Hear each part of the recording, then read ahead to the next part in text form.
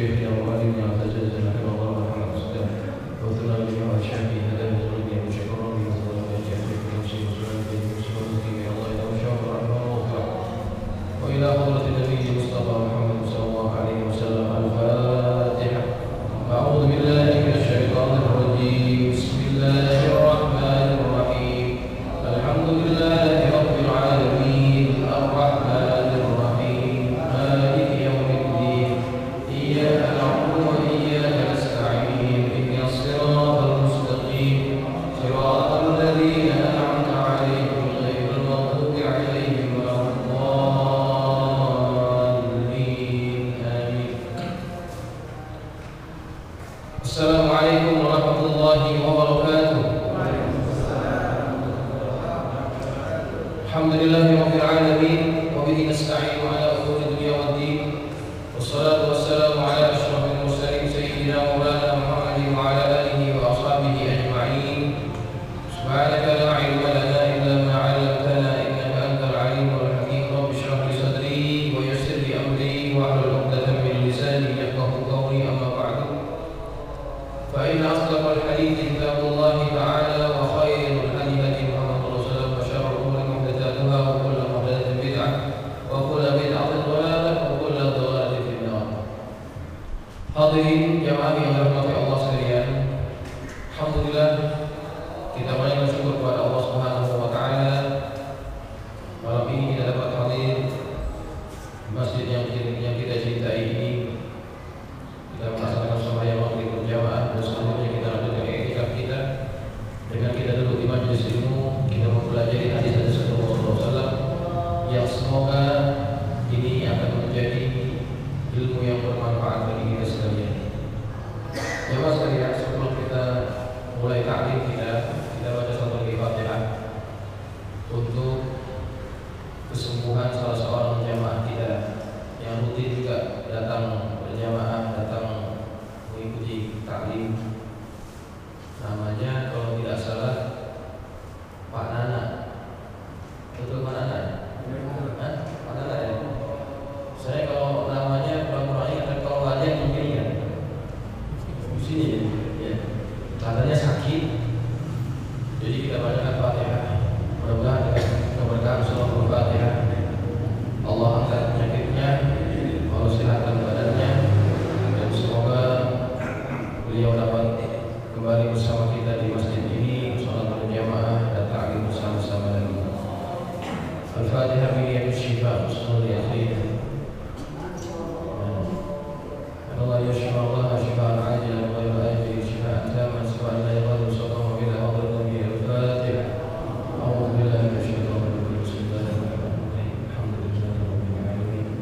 Ar-Rahmanir Rahim. Maliki yaumiddin. Iyyaka na'budu wa iyyaka nasta'in. Ihdinas siratal mustaqim.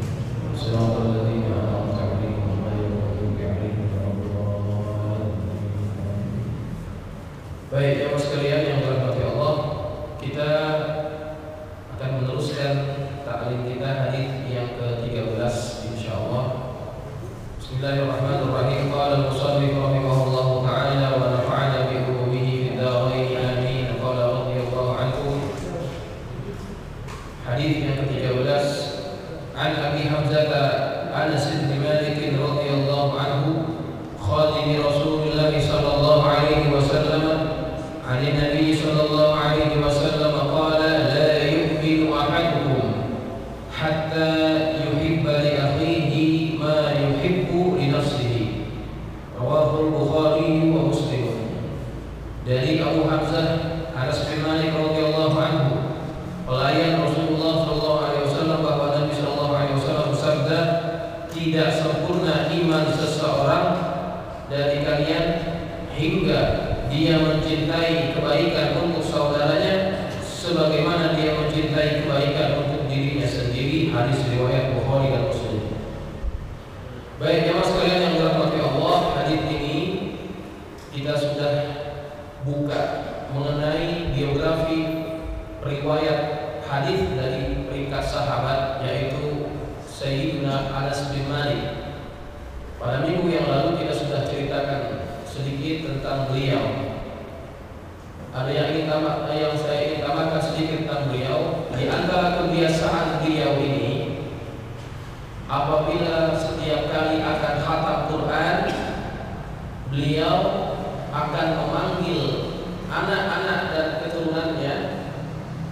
untuk mengikuti khatam Quran yang mana pada ketika itu dia juga memanjatkan doa kepada Allah Subhanahu wa taala.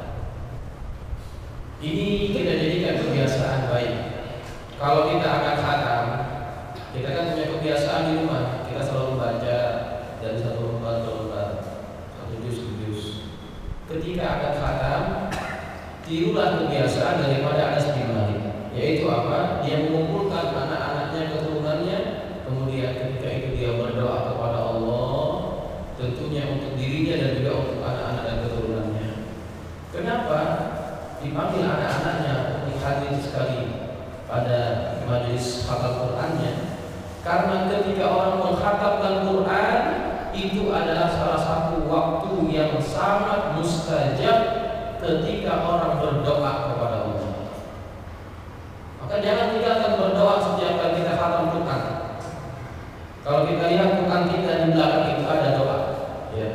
Setiap khatam maka bacalah doa itu, dan kita bisa tambahkan dengan doa-doa yang lainnya.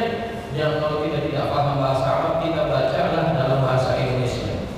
Itu adalah saat-saat yang mustajab di mana malaikat banyak turun pada waktu kita mengkhatamkan Quran. Ya, jadikan ini suatu kebiasaan dalam hidup kita. Kalau kita tidak bisa mengumpulkan anak-anak kita seperti mana Anas bin Malik mengumpulkan anak-anaknya, jangan lupakan doakan anak-anak kita pada waktu kita khatam Quran. Mustajab doa itu. Ya.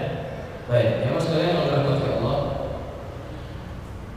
apa hadis yang diriwayatkan oleh beliau dari Rasulullah SAW? Kata Nabi kita Muhammad SAW, la yu'minu ahadukum, tidak sempurna iman seseorang hatta sehingga yuhibbu li nafsihi hatta yuhibba li akhihi ma yuhibbu li nafsihi, sehingga dia mencintai saudaranya seperti mana dia mencintai dirinya sendiri. Hadis ini adalah satu hadis yang menjadi panduan, pegangan, tonggak, kaidah dalam Islam, yang bahwa Islam itu adalah agama yang mencintai kebaikan. Kalau kita sudah jadi orang baik, jangan kebaikan itu hanya untuk diri kita sendiri, sebar-tebarkan kebaikan kepada orang lain. Jangan hanya kita yang menikmati kebaikan itu. Seperti kita mendapatkan satu nikmat, kita suka dengan nikmat itu, maka orang yang sempurna imannya, dia suka membagi nikmat itu kepada orang yang lainnya. Kalau kita suka diperlakukan orang dengan baik, maka kita harus memperlakukan orang dengan baik. Kalau kita tidak suka diperlakukan oleh orang dengan cara yang tidak baik, maka kita jangan memperlakukan orang dengan cara yang tidak baik. Itu aturan Islam, ya. Makanya ketika ada seseorang sahabat yang datang kepada Rasulullah Sallallahu Alaihi Wasallam, ya Rasulullah, kata dia, idzan li fi zina. Ya Rasulullah, izinkan aku untuk berzina. Coba ya, orang ngomongnya begitu di hadapan Nabi, izinkan aku untuk berzina. Beberapa orang sahabat yang berada di sekitar Nabi tidak sabar. Ya Rasulullah, biarkan saya lepas leher orang ini. Kata Nabi apa? Tunggu, biarkan dulu. Sini, Nabi panggil dia. Mendekatlah kamu. Nabi berikan jawaban, yang jawaban itu Nabi ajak dia untuk berpikir. Kalau kamu ingin berzina, kata Nabi, atuhibu an yaf'ala dzalika bi ukhtika. Wahai saudaraku, kalau engkau ingin berzina, apakah engkau suka bahwa saudaramu juga dizinahi oleh orang? Kata orang ini, lah, saya tidak suka. Kemudian Nabi jawab lagi, fabi'in nadika, bagaimana kalau anak perempuanmu yang dizinahi oleh orang? Apakah kamu suka? Kata dia, tidak juga, aku tidak suka anakku dizinahi orang. Fabi'in ro'atik, maka bagaimana dengan istri?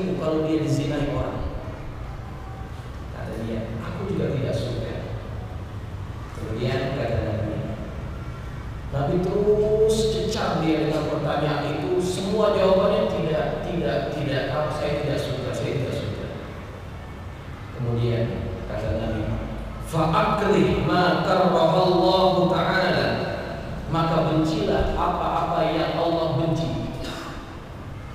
Wa hibba li akhika ma tuhibbu li nafsika, dan cintailah apa yang kepada saudaramu apa yang engkau cintai kepada dirimu sendiri. Wa akrih lahu ma takrahu li nafsika, dan bencilah terhadap perbuatan kepada saudaramu seperti mana engkau benci perbuatan itu dilakukan kepadamu. Jadi hadis ini Nabi mengajak orang ini berpikir, kalau kamu ingin berzina, bayangkan bagaimana perasaanmu kalau anak perempuanmu, kemudian istrimu, ataupun misalkan saudara perempuanmu dizinai dengan orang. Apakah kamu suka? Tentu aku tidak suka. Kalau kamu tidak suka, jangan berbuat itu kepada orang lain. Gitu. Kalau kita tidak suka saudara kita diperlakukan seperti itu, jangan perlakukan itu kepada orang lain. Ini konsep Islam. Ya, makanya kalau yang baru-baru terjadi, ada 6 orang yang dibantai. Yes. 6 orang yang dibantai, remaja-remaja yang hanya cinta kepada gurunya, yang hanya ingin mengawal keluarga gurunya, kemudian malah diperlakukan seperti seorang penjahat kelas berat. Ditembak, sebelum ditembak disiksa, yang menurut pengakuan orang yang memandikan jenazahnya, siksaan itu adalah siksaan yang amat dahsyat. Ada yang kukunya dicabut, ada yang kemaluannya dibakar ataupun disetrum, seperti itu katanya. Kemudian ada yang matanya berlubang karena bekas tembakan masuk sampai ke belakang. Ada yang dadanya seperti ditombak terus masuk ke belakang. Yang hampir semuanya ditembak ke arah dadanya, yakni sebelah kiri, yaitu jantungnya. Kalau dia menghayati hadis ini, pasti dia tidak akan pernah mau memperlakukan orang lain seperti itu. Bayangkan kalau yang diperlakukan itu adalah anaknya sendiri. Bayangkan yang diperlakukan itu adalah saudaranya sendiri. Apa yang kita rasakan pada ketika itu?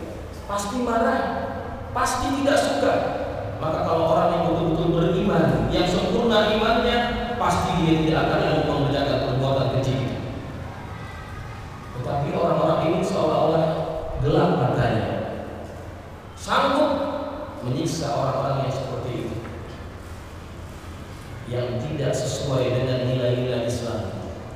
Ya, makanya kalau kita belajar tentang hadis, kita tidak akan pernah mau menyakiti orang lain, karena Nabi katakan kalau kamu tidak suka diperlakukan orang lain dengan cara yang buruk, jangan perlakukan orang lain dengan cara yang buruk. Itu bukan akhlak Islam. Tidak menunjukkan kesempurnaan iman seseorang. Orang yang imannya sempurna, dia akan mencintai saudaranya seperti dia mencintai dirinya sendiri. Ya, maka jadikan hadis ini sebagai panduan dalam hidup kita. Contohlah para sahabat Nabi Sallallahu Alaihi Wasallam, yang mana ketika mereka mendengarkan hadis-hadis yang seperti ini, mereka betul-betul mengaplikasikannya dalam kehidupan mereka sehari-hari. Ketika Nabi sampai ke Madinah bersama para sahabat muhajirin, orang-orang Mekah yang datang ke Madinah, orang-orang Mekah itu mereka sanggup tinggalkan harta bendanya di Mekah, hanya membawa beberapa harta yang bisa mereka bawa.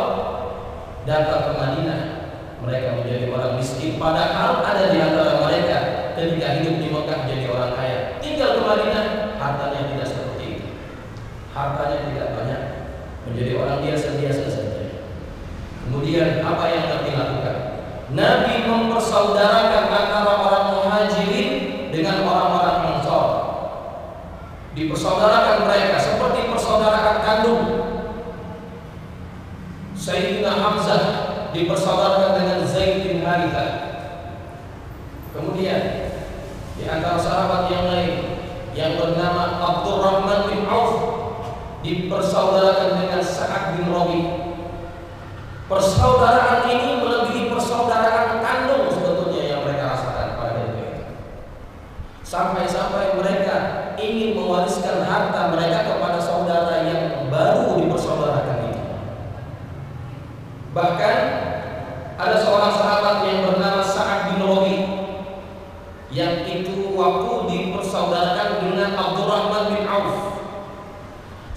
Rabi, salah satu orang terkaya di Madinah.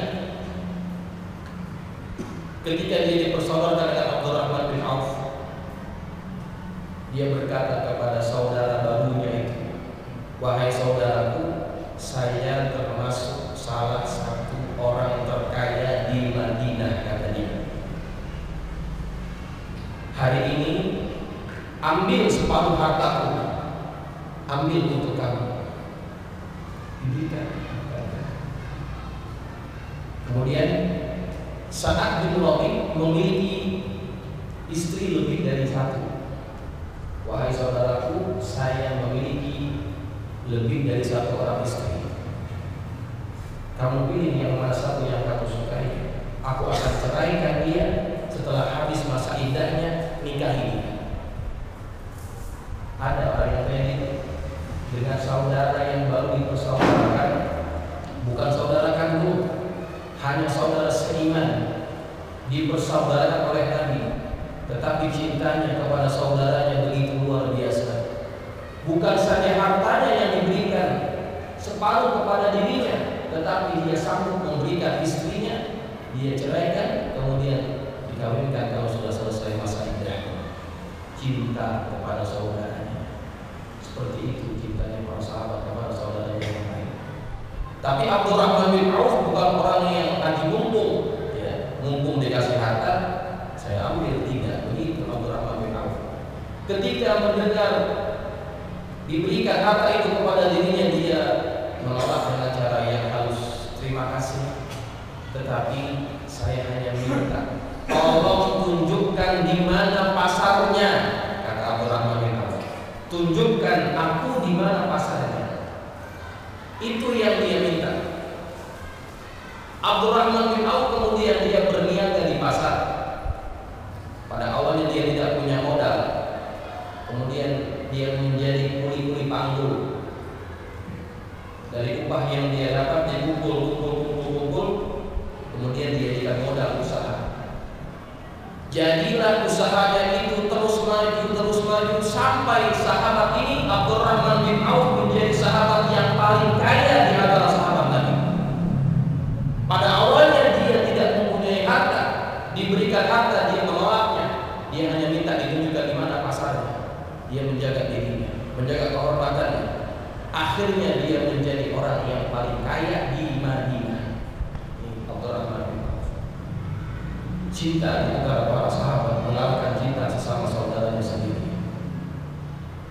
Nah, cinta yang seperti ini yang semestinya juga kita ikuti.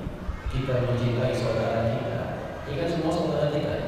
Kalau ada di antara kita yang sakit, maka sebagai seorang saudara kita tengok, kita bantu. Kalau ada yang susah kita tolong. Itu bentuk real daripada cinta kepada saudara. Disebutkan dalam satu riwayat bahwa ada salah seorang yang di rumahnya itu tikusnya banyak. Kemudian ada yang berkata, ada yang menyarankan kepada dia, "Kamu pelihara aja kucing, pasti tikus-tikusnya akan lari kabur." Kemudian apa kata dia? "Aku takut kalau aku pelihara kucing, tikus yang banyak di rumah aku akan lari ke rumah di rumah tetangga. Kalau aku pelihara kucing, aku takut itu tikus mereka lari ke rumah jiran aku, ke rumah tetangga aku. Lebih baik aku tidak perlu pelihara kucing." Kenapa dia tidak mau pelihara kucing? Padahal di rumahnya banyak tikus. Dia tidak mau kalau rumah tetangganya itu malah menjadi banyak tikus gara-gara dia pelihara kucing. Dia tidak mau menyakiti hati saudaranya. Ya, ini ciri orang yang mencintai saudaranya. Kalau kita tidak mau disakiti orang, jangan kita menyakiti orang. Begitu. Itu akhlak daripada seorang muslim yang diajarkan oleh Nabi kita Muhammad SAW. Kemudian dalam riwayat yang lain ada sebuah ayat Quran, yaitu pada surah Al-Hasyr ayat yang ke-9. walladzina tabawwa'ud dara wal imana min qablihim yuhibbuna man hajara ilaihim wa la yajiduna fi sudurihim hajatan mimma utu wa yu'thiruna 'ala anfusihim walau kana bihim khasasah wa may yuqa shuhha nafsihi fa ulaika humul muflihun.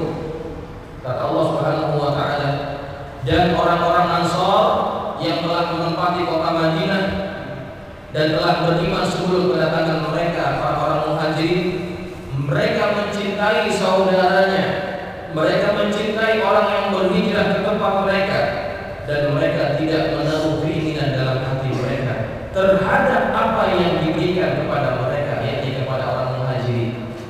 Ini ayat membuktikan betapa tulusnya cinta orang Ansar kepada orang-orang Muhajirin. Apa yang mereka berikan itu semata-mata karena cinta, tanpa mengharap apapun. Ini cinta. Allah buktikan, Allah abadikan dalam Quran cinta itu. Kemudian, wa yufiruna 'ala anfusihim walau kana bihim khasasah. Dan mereka mengutamakan orang-orang Muhajirin atas dirinya sendiri meskipun mereka juga memerlukan itu. Nah, ayat ini ada yang berkata turun ketika ada seorang Muhajirin baru datang dari Makkah ke Madinah. Orang ini kelaparan, orang ini tidak ada makanan. Kemudian Nabi pun di rumahnya tidak ada makanan melainkan hanya air putih. Maka kemudian Nabi tidak ingin menghampakan orang ini pulang dalam keadaan perutnya masih lapar. Nabi tawarkan kepada para sahabatnya, siapa di antara kalian yang ingin menjamu tamuku ini?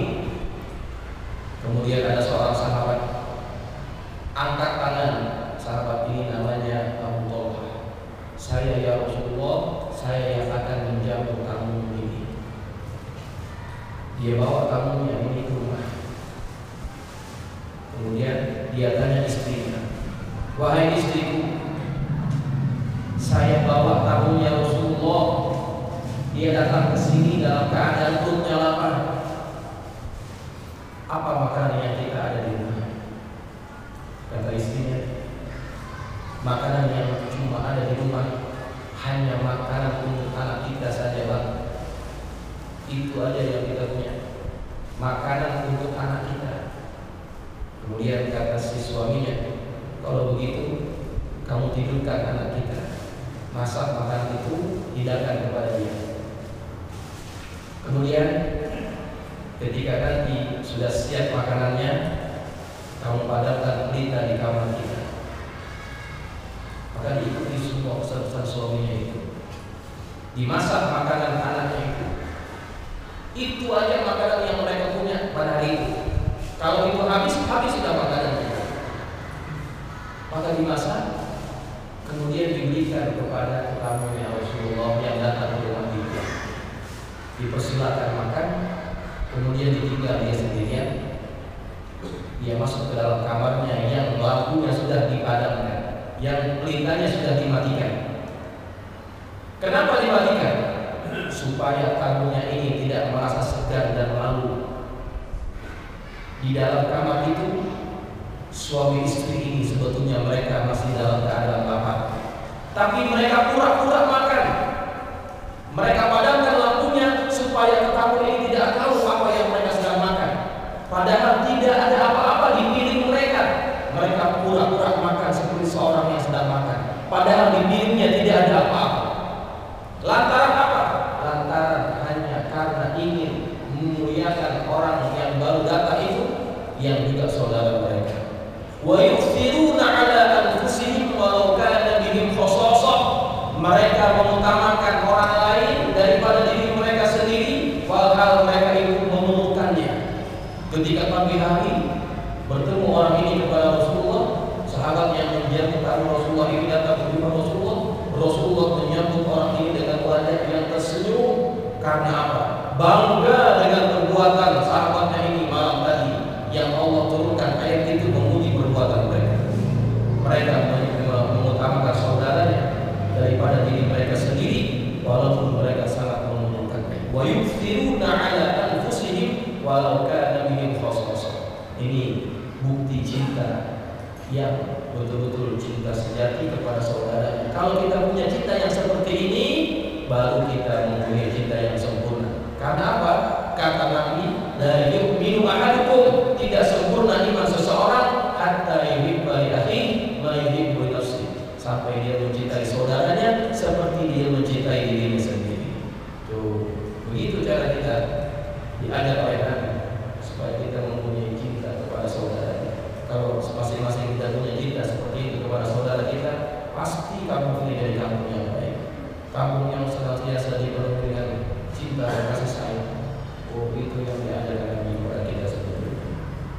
Dalam satu riwayat yang lain disebutkan, satu riwayat ada seseorang ini yang waktu itu dia diberikan makanan, ya, kepala kambing. Dia diberikan hadiah kepala kambing. Kira-kira enak gak kepala kambing? Hah? Enak gak kira-kira? Ya, mantap ya, kepala kambing dihadiahkan dia. Kemudian dia berkata, inna akhi fulan wa iyali, sesungguhnya saudaraku si fulan dan keluarganya, ahwaju ila hadza minna, dia lebih memerlukan makanan ini daripada saya, katanya. Saudara saya si fulan itu dan saudara dan keluarganya lebih memerlukan makanan ini, kepala kambing ini, daripada saya. Apa yang dia buat akhirnya? Dibawa kepala kambing itu diberikan kepada saudaranya.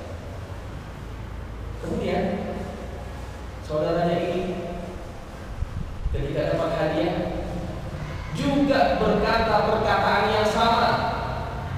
Kata dia, sungguh saudaraku yang lain lebih memerlukan makanan ini daripada saya.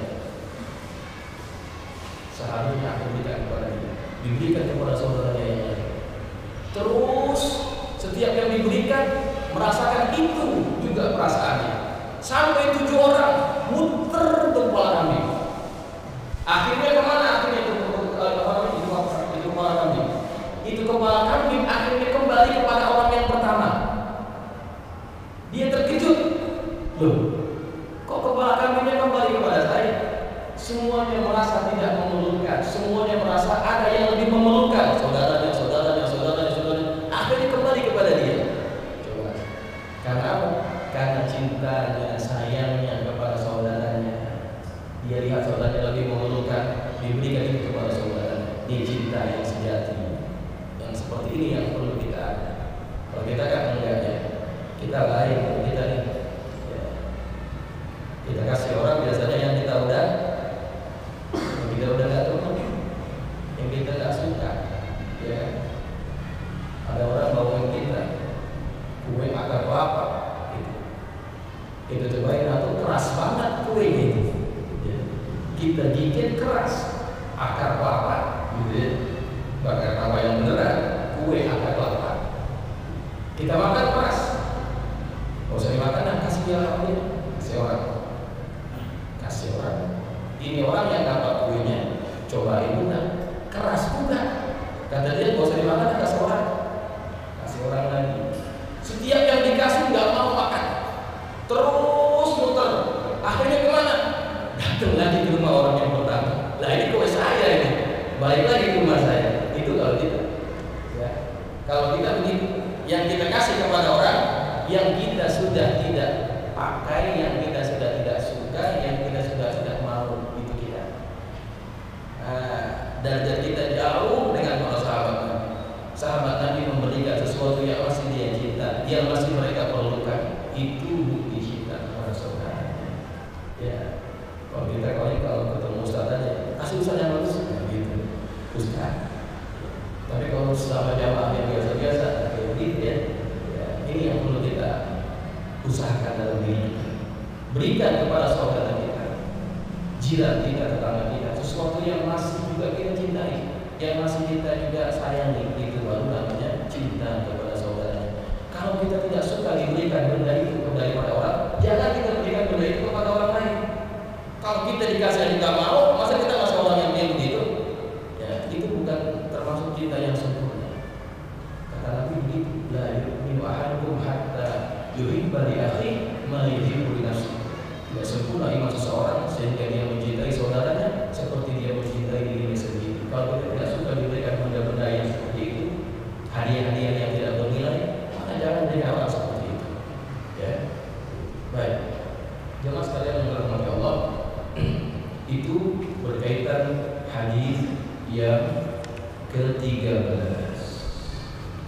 Ada pertanyaan sebelum kita sambung? Silakan.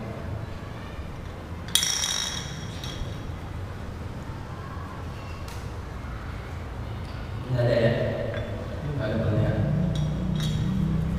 Baik, kalau tidak ada pertanyaan, kita masuk terus hadis yang ke-14. Hadis yang ke-14. An Ibnu Mas'ud radhiyallahu anhu qala qala Rasulullah sallallahu alaihi wasallam la yahillu damu imri'in muslimin illa bi ihda thalathin al-thayyibu az-zani wan-nafsu bin-nafsi wat-tariku lidinihi al-mufariqu lil-jama'ati rawahu al-Bukhari wa Muslimun.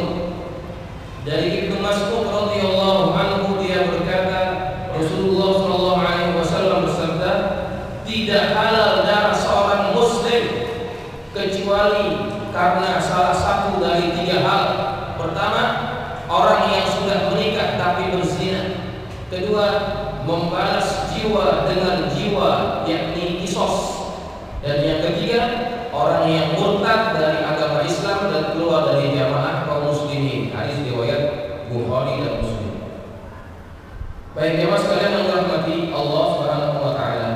Hadis yang ke-14 ini adalah hadis yang menjelaskan kepada kita bahwa darahnya orang muslim itu sangat mahal harganya. Ya, sangat mahal harganya. Nanti kaitan dengan keadaan yang sekarang terjadi ini.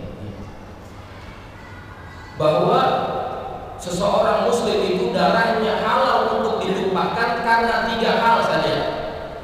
Tidak ada yang lain. Pertama, kalau dia berzina tetapi dia sudah menikah. Dia sudah menikah kemudian dia berzina, namanya zina muhsan. Nah, orang yang sudah kawin kemudian dia berzina, maka dia hukumannya adalah dirajam. Bagaimana dirajam itu caranya? Dilubangi satu tangan, ya, digali satu tangan, dimasukkan separuh badannya, separuhnya lagi masih di atas tanah, disambit dengan batu sampai dia mati. Sampai dia mati. Kalau satu hari belum mati, 2 hari sampai dia mati. Itu namanya dirajam. Nah, begitu caranya. Kejam atau tidak? Jangan lihat orang yang sedang dirajam, tapi lihat perbuatan asalnya dia. Perbuatan asalnya adalah dia merosakkan kehormatan seorang wanita yang lain. Dia sudah menikah, tetapi malah dia berzina dengan wanita itu. Ya, begitu. Kenapa mereka itu perlu dibunuh seperti itu? Karena agama Islam itu punya maqasid, punya tujuan yang disebut maqasid syariah.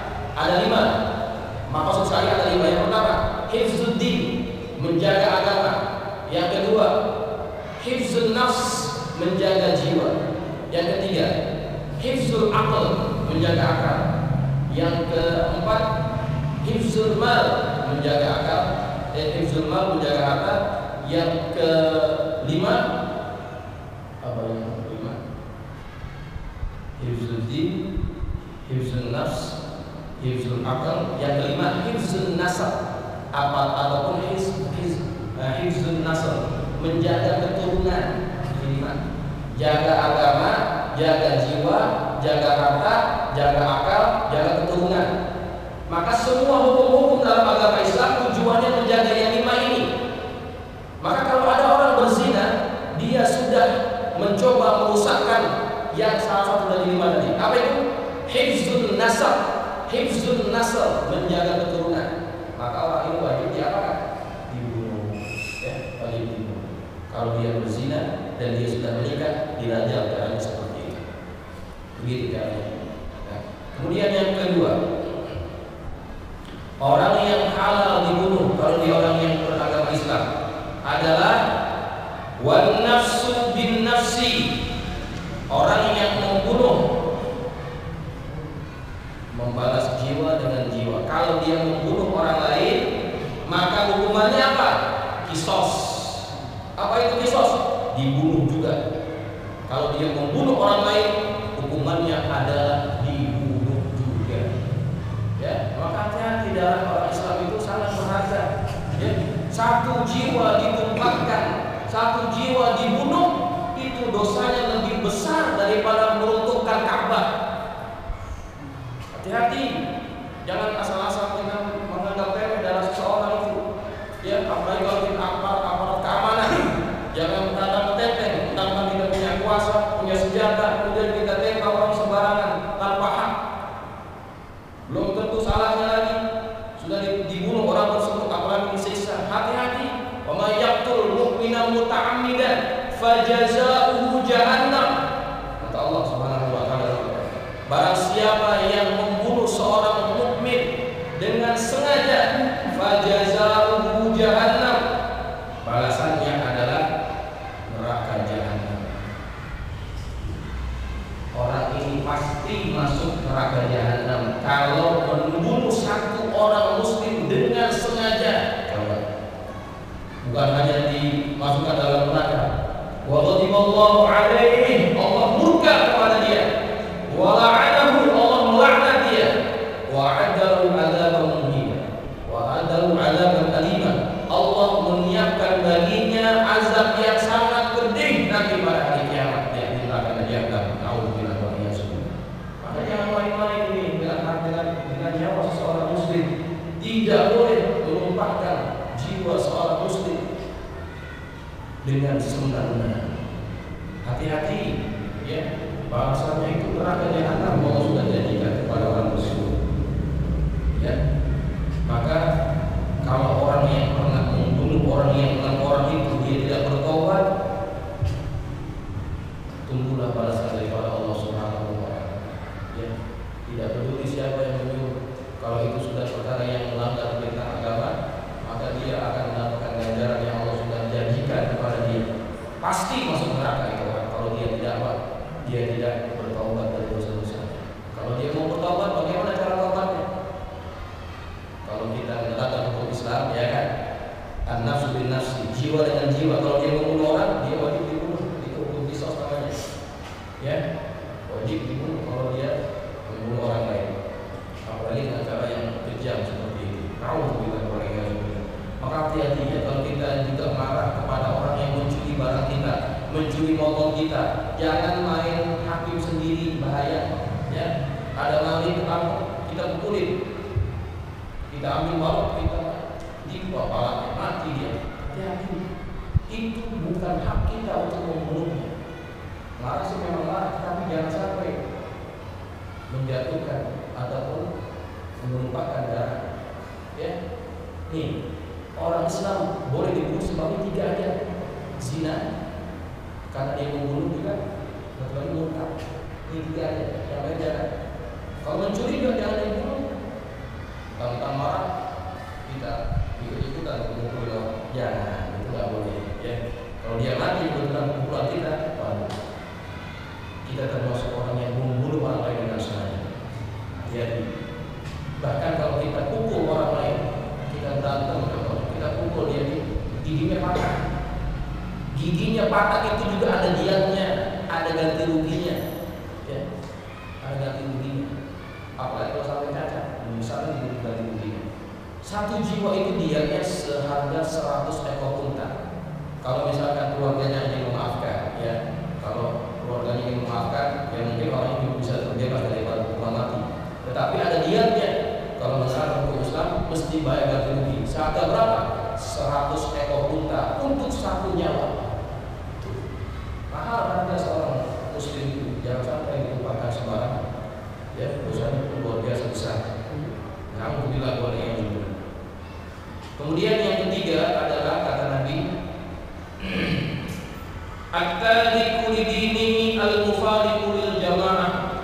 Orang yang murtad dari agamanya dan keluar dari jamaah kaum muslimin. Orang yang murtad itu dia dibolehkan untuk dibunuh, tapi bukan kita yang bunuh. Siapa yang bunuh?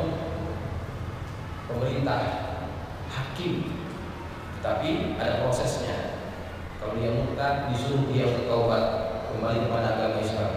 Ya, ada proses panjang itu. Bukan langsung dibunuh, tidak. Ada prosesnya. Ya, jadi jangan sampai kita mudah-mudah menumpahkan darah kaum muslimin kecuali hanya 3 ini. Ya, kecuali hanya 3. Ya, kalau selain daripada itu haram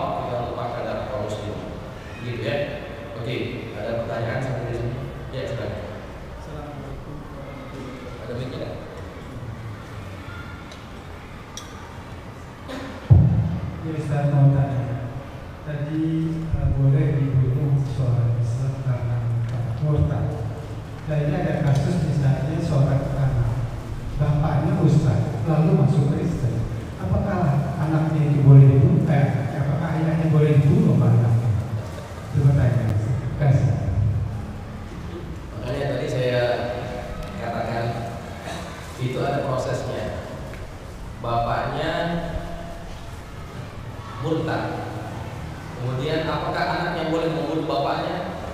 Bukan anak yang membunuh bapaknya. Ya. Ada lembaga yang memang berhak membunuhnya, yaitu apa? Pengadilan. Ya, hakim yang memang berhak untuk membunuhnya. Bukan orang per orang. Bukan begitu caranya. Dia nanti akan dihadapkan ke mahkamah, ke pengadilan, karena dosa dia murtad daripada agamanya. Kemudian disuruh dia bertaubat kembali kepada agama. Kalau tidak mau juga, tahapan yang berikutnya adalah dipenjara sampai dia mau kembali kepada agamanya yang dulu, agama Islam. Nah, kalau juga tetap tidak mau, maka terakhir adalah baru dibunuh. Tapi bukan seperti itu juga, tidak semudah seperti itu. Banyak prosesnya, gitu lah. Ya. Itu ada di mana, negara mana yang boleh disidangkan? Bahkan dia menjadi pendeta akhirnya. Di antara negara yang menerapkan hukum ini adalah, kalau nggak salah itu ada satu negara, kalau nggak salah saya Mesir, kalau nggak salah itu Mesir. Dia pernah menghukum satu orang ilmuwan cendekiawan. Mahkamahnya, cendekiawan ini namanya Nasir Hamid Abu Zaid. Nasir Hamid Abu Zaid. Dia sangat liberal, sangat liberal. Bahkan dia katakan Al-Quran itu adalah kitab sejarah, bukan kitab suci. Nah, itu kan luar biasa juga. Maka mahkamah Mesir itu menghukumkan bahwa dia adalah murtad, dan nanti orang ini kalau kembali ke Mesir harus menjalani hukuman bunuh itu. Di Mesir pernah menjalani hukuman itu. Tapi Nasir Hamid Abu Zaid tidak pernah kembali lagi ke Mesir sampai dia meninggal. Tinggalnya mana? Di Belanda. Ya, dia jadi guru besar di Leiden di sana. Nah, ini salah satu contoh. Tapi negara yang lain yang saya tahu, tidak ada negara yang menerapkan hukum itu secara jelas, ya. Nah, murtad ini tidak, setahu saya tidak ada yang menerapkan secara jelas. Yang banyak adalah kisos, ya, seperti Saudi memang itu banyak kasus kisos, ya. Orang yang membunuh orang lain kemudian dibunuh. Tapi penerapannya juga tidak sempurna, ya. Ketika yang membunuh orang lemah baru diterapkan hukum kisos. Tapi yang membunuh orang-orang kaya itu karena hukumnya tidak berlaku, ya kan? Gitu yang terjadi di sana. Ya. Oke, ada lagi? Ya. Assalamualaikum warahmatullahi wabarakatuh. Tadi saya katakan bahwasanya guru bahwasanya adalah pekerjaan. Saya seorang yang guru, tapi saya menjadi orang yang menghubungi pemerintah oleh atasan. Yang menyuruhnya ini termasuk melakukan hadap tidak saya. Yang menyuruh? Iya.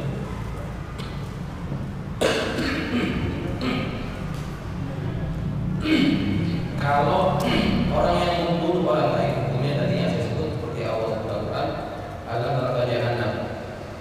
Tapi dia hanya eksekutor, ya.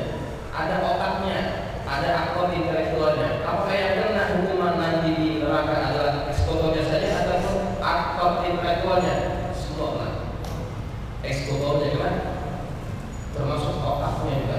Aktor intelektualnya yang menyuruh perintah itu sama hukumnya seperti orang yang membunuhnya, gitu, ya, sama hati-hati, ya, atau bahaya itu. Ada lagi? Cukup ya. Baik, mudah-mudahan kali kita ini bermanfaat. Dan semoga yang orang itu Allah ampuni segala dosa-dosanya. Allah angkat derajatnya. Yang saya dengar langsung dari orang yang ikut menguruskan jenazah, itu jenazah sudah 38 jam di rumah sakit, bawa ke Kabupaten untuk dimandikan lagi, dikafankan lagi. Badannya tidak ada yang bau, 36 jam, badannya tidak ada yang bau. Bahkan ada satu orang itu yang darahnya masih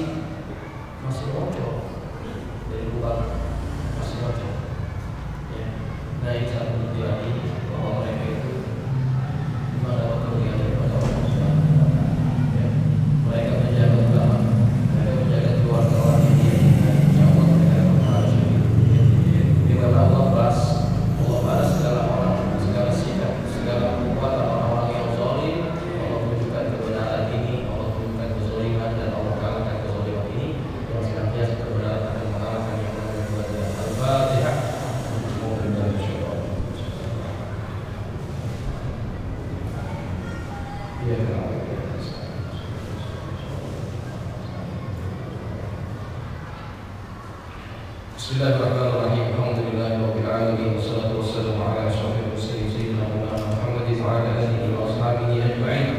Allahumma anfa'na bima 'allamtana wa 'allimna